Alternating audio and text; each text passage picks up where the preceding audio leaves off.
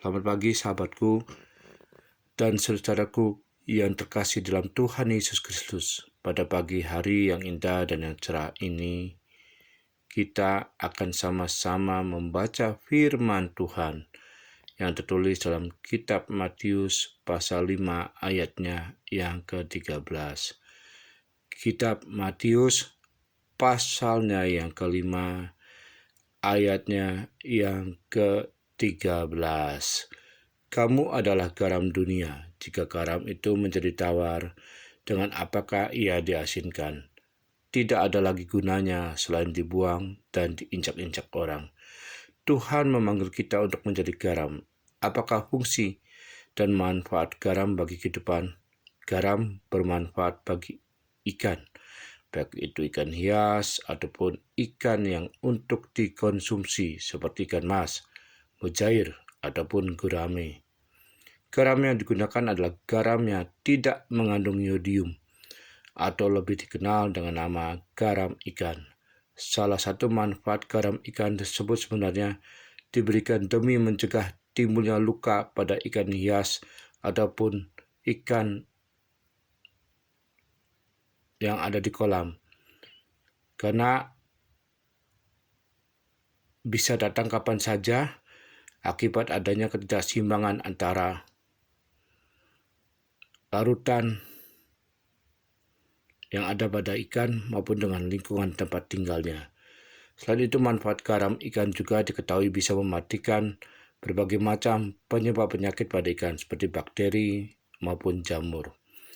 Manfaat dari garam untuk tanaman: pemberian larutan garam dengan cara disiramkan pada area perakaran tanaman bertujuan untuk memperkuat akar dan batang tanaman, mengendalikan jamur dan bakteri, mencegah kerontokan bunga dan buah, serta memberikan rasa yang manis pada buah dari tanaman yang ditanam.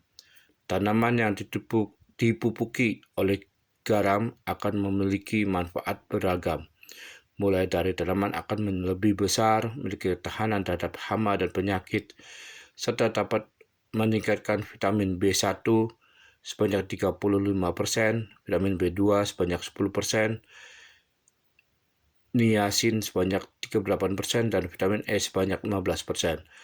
Manfaat garam untuk ternak: garam untuk pakan ternak menjadi sumber mineral, esensial natrium, dan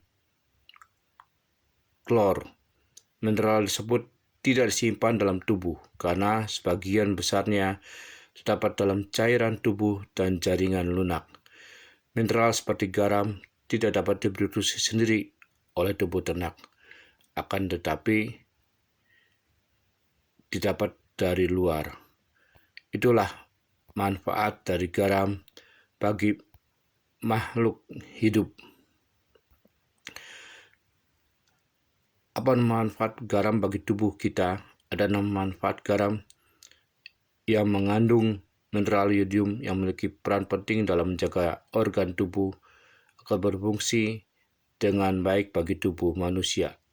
Ada 6 manfaat garam bagi kesehatan tubuh, yaitu meliputi menjaga produksi hormon tiroid.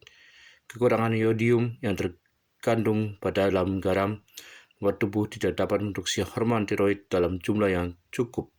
Kekurangan hormon tiroid bisa menyebabkan pembesaran tiroid, konstipasi, kelelahan, hingga sulit berkonsentrasi. Kedua, mencegah tekanan darah rendah. Mengkonsumsi garam dalam jumlah yang cukup dapat mencegah tekanan darah rendah atau hipertensi. Kondisi ini dapat menimbulkan gejala berupa pusing, mual, pandangan kabur, hingga pingsan. Namun, selalu ingat untuk tidak berlebihan dalam mengkonsumsi garam setiap harinya. Yang ketiga, untuk memelihara keseimbangan cairan tubuh. Garam mengandung natrium yang berfungsi untuk menahan cairan dalam sel-sel tubuh. Dengan mengkonsumsi garam yang cukup setiap harinya, kita akan terhindar dari kekurangan cairan tubuh atau dehidrasi. Keempat, meredakan gejala sistik fibrosis. Kadar garam dan air dalam tubuh menderita sistik fibrosis akan lebih cepat hilang melalui keringat. Oleh karena itu, mereka membutuhkan lebih banyak asupan air dan garam untuk mencegah dehidrasi. Melihara fungsi organ tubuh, kandungan sodium pada garam berperan dalam menjaga fungsi saraf dan otot di dalam tubuh. Hal inilah yang juga menjadi alasan mengapa garam berperan penting dalam mencegah gangguan pada saraf dan otot. Keenam, mencegah gangguan perkembangan otak. Kekurangan yodium dalam garam selama masa kehamilan bisa mengakibatkan gangguan perkembangan otak pada janin. Selain itu, kekurangan asupan garam pada bayi dan anak juga bisa membuat mereka memiliki IQ yang lebih rendah. Untuk penderita gangguan jantung, tidak lebih dari 1,5 gram per hari dalam mengonsumsi garam. Itulah fungsi garam bagi kehidupan dan makhluk hidup. Lukas 14 ayat 34-35.